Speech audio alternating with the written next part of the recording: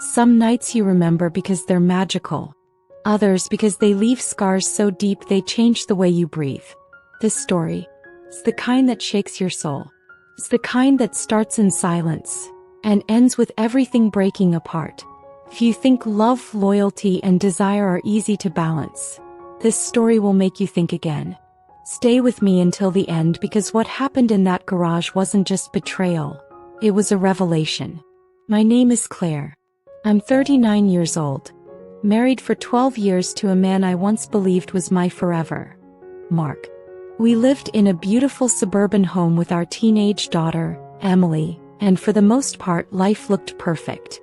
But like most stories of infidelity, perfection was only on the surface. Hollow routines. Mark and I weren't always like this. Once we were inseparable. But now our days passed like clockwork. Quiet meals, small talk, distant stares.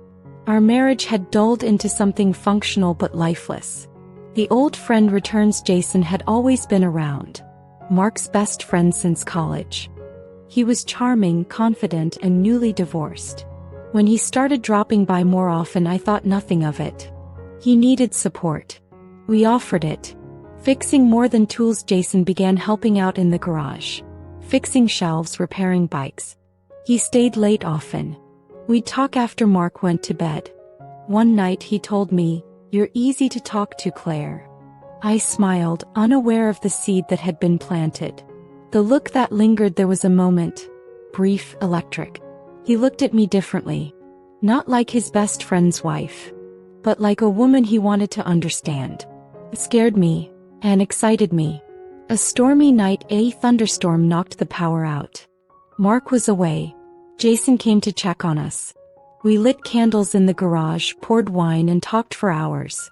It felt like being truly seen, for the first time in years. Lines blur. That night ended with a long look. A touch on the arm. Neither of us said what we were thinking.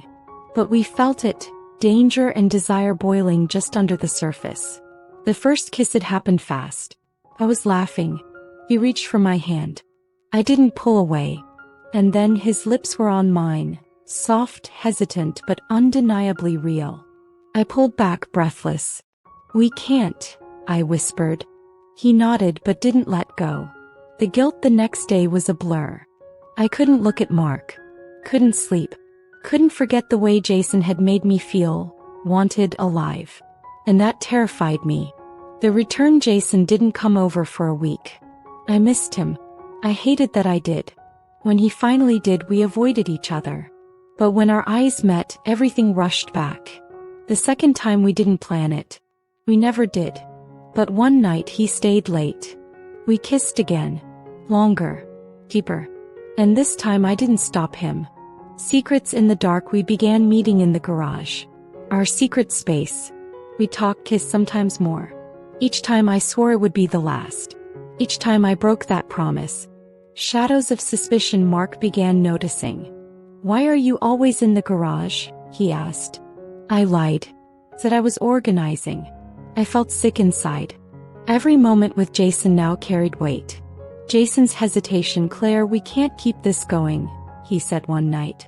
"This isn't fair to anyone." I nodded. But neither of us moved.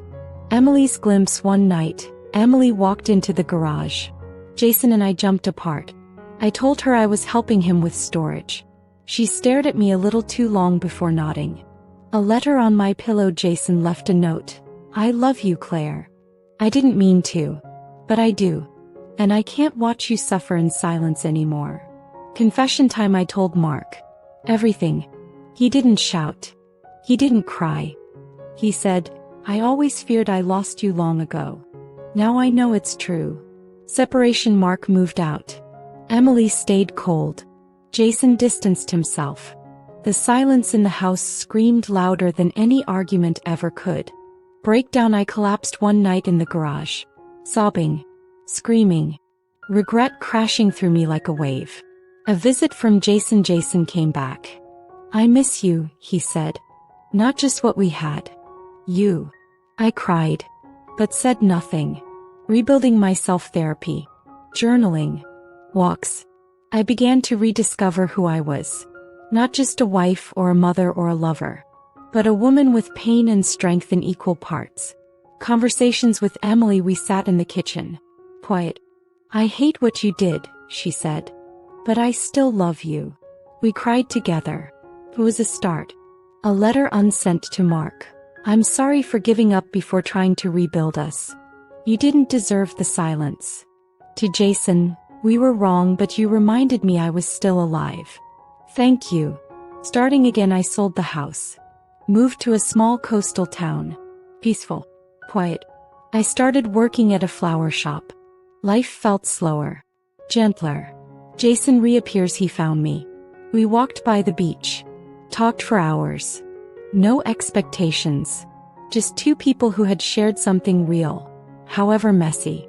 What the garage taught me. That garage. It holds my darkest memory, but also my awakening. It was where I hurt the ones I loved, but also where I faced my truth. Have you ever made a choice that changed your life forever? Or crossed a line you thought you'd never even approach? Share your thoughts in the comments. No judgment here, just honesty. Subscribe to Veiled Desires for more deeply human stories that show love, pain, and healing can all exist at once. Hit the bell so you never miss a story that might echo your own. Because sometimes, the moments that break us are the ones that also rebuild us.